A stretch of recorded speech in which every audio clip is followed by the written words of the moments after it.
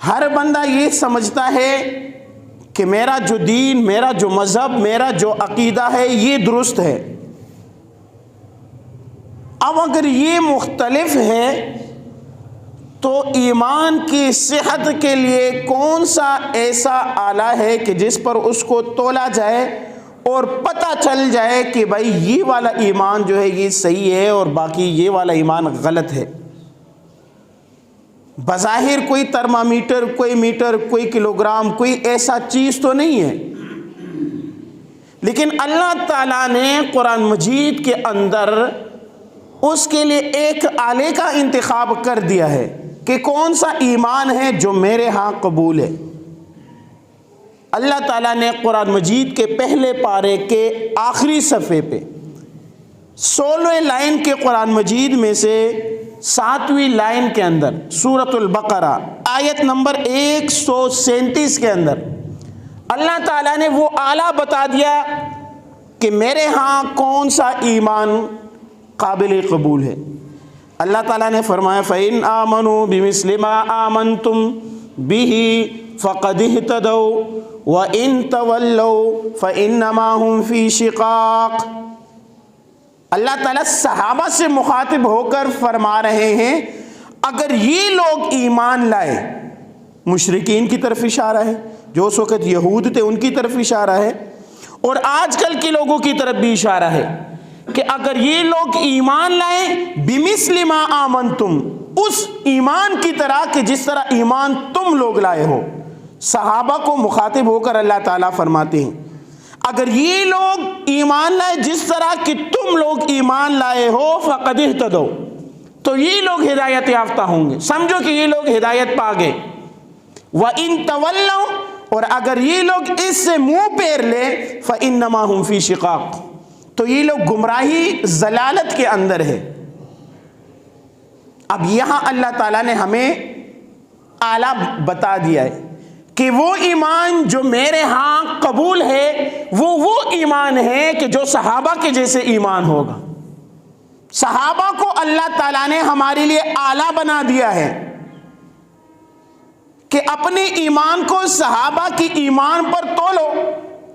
آپ کا ایمان صحابہ کے ایمان کے جیسا ہے یا تم اس کی طرح ایمان لانے کی کوشش کر رہے ہو تو سمجھو کہ تم ہدایت یافتہ ہو، اور اگر تمہارا ایمان صحابہ کے راستے سے ہٹ کر ہے تو اللہ تعالیٰ نے فرمایا فَإِنَّمَا هُمْ فِي شِقَاقٍ، تو سمجھو کہ تم کیا ہو؟ گمراہ ہو۔ تو لہٰذا اپنے ایمان کو صحیح راستے پر لانے کے لیے ہم نے صحابہ کی پیروی کرنی ہوگی۔ صحابہ ہمارے لیے معیار حق اور صحابہ کی ایمان ہمارے لیے ترازو ہے کہ جس پر ہم اپنی ایمان کو تولے۔ اب اللہ تعالیٰ نے یہ فرمایا کہ تمہارے لیے ترازو ایمان کا وہ صحابہ ہے، لیکن آج اگر کوئی بدبخت اٹھ کر انہی صحابہ پر زبان درازی کرتا ہے، انہی صحابہ پر طعن و تشنیع کرتا ہے، تو ایسے شخص کو ہم کیا کہیں گے؟ اور یہ آج میں اس لیے کہہ رہا ہوں کہ اس 1-1.5 مہینے کے اندر 1 نہیں، 2 نہیں، 3 نہیں، 4 نہیں، 5 نہیں، درجنوں جگہ پر خلیفہ بلا فصل حضرت سیدنا صدیق اکبر رضی اللہ تعالیٰ عنہ کی شان میں گستاخی ہوئی ہے۔ کوئی خبر نہیں، کوئی ایف آئی آر نہیں، کوئی گرفتاری نہیں، کچھ بھی نہیں۔ کیا وجہ ہے؟ کیا صحابہ کو ایسا ایرا گیرا سمجھا گیا ہے؟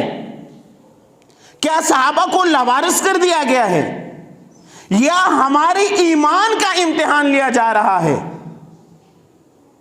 کہ ہمارے ہی سامنے ہم دیکھ رہے ہیں صحابہ کو گستاخی گالیاں دی جا رہی ہے، ان پر صحابہ پر کفر کے فتوے لگائے جا رہے ہیں۔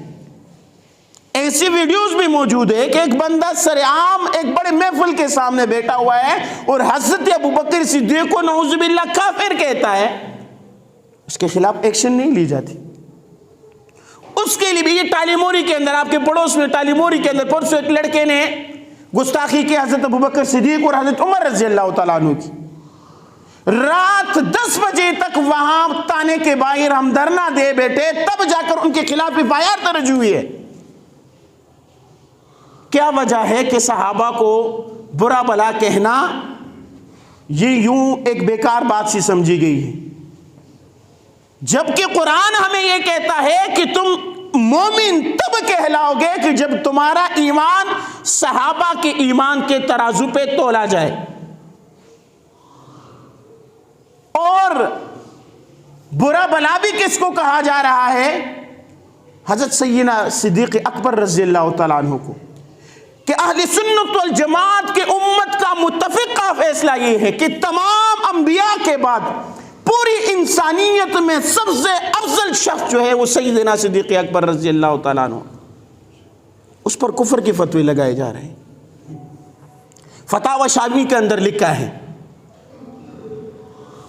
ان الرافضی اذا کان یسب ابا بکر ویلعنها فهو کافر، یہ الفاظ لکھے ہیں فتاوی شامی کے اندر، ان الرافضی اذا کان یسب ابا بکر ویلعنها فهو کافر، کہ کوئی بھی رافضی، کوئی بھی شخص حضرت ابو بکر صدیق رضی اللہ تعالیٰ عنہ کو گالی دے یا اس پر لعن طعن کرے تو وہ کافر ہے۔ فتاوی شامی وہ کتاب ہے کہ جو اہل سنت والجماعت کے تمام مسالک کے ہاں سب سے مقبول ترین ہے، اس میں یہی الفاظ لکھے ہوئے ہیں۔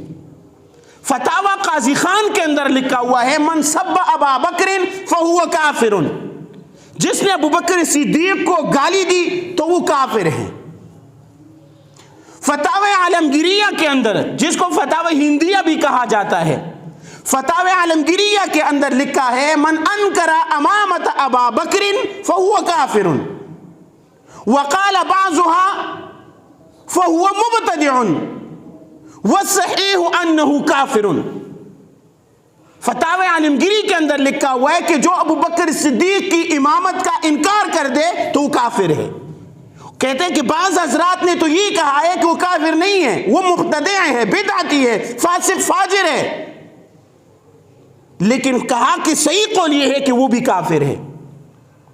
یہ تین بڑے فتاوے ہیں جو اہل سنت والجماعت کے ہاں سب سے مقبول ہے، فتاوی شامی، فتاوی عالمگیریہ اور فتاوی قاضی خان، تینوں کے اندر لکھا ہوا ہے کہ ابو بکر صدیق رضی اللہ تعالیٰ عنہ کو گالی دینے والا کافر ہے۔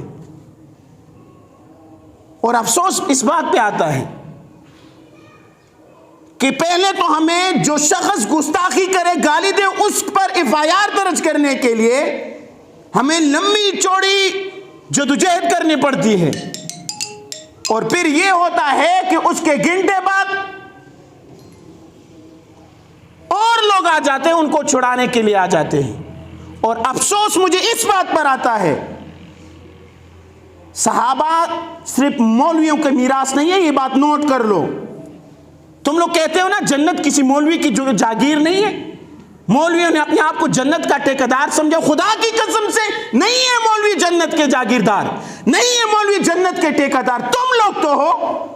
صحابہ صرف مولویوں کی جاگیر تو نہیں ہے، تو پھر کیا وجہ ہے کہ جب ہم جاتے ہیں ایف آئی آر درج کرتے ہیں، ہم روڈ بلاک کرتے ہیں، ہم اس کے لیے جدوجہد کرتے ہیں، تو تم لوگ کیا سمجھتے ہو کہ مولوی لوگ فارغ بیٹھے ہوئے ہیں، ان کو سڑک بند کرنے میں مزہ آتا ہے، ان کو نعرے لگانے میں مزہ آتا ہے؟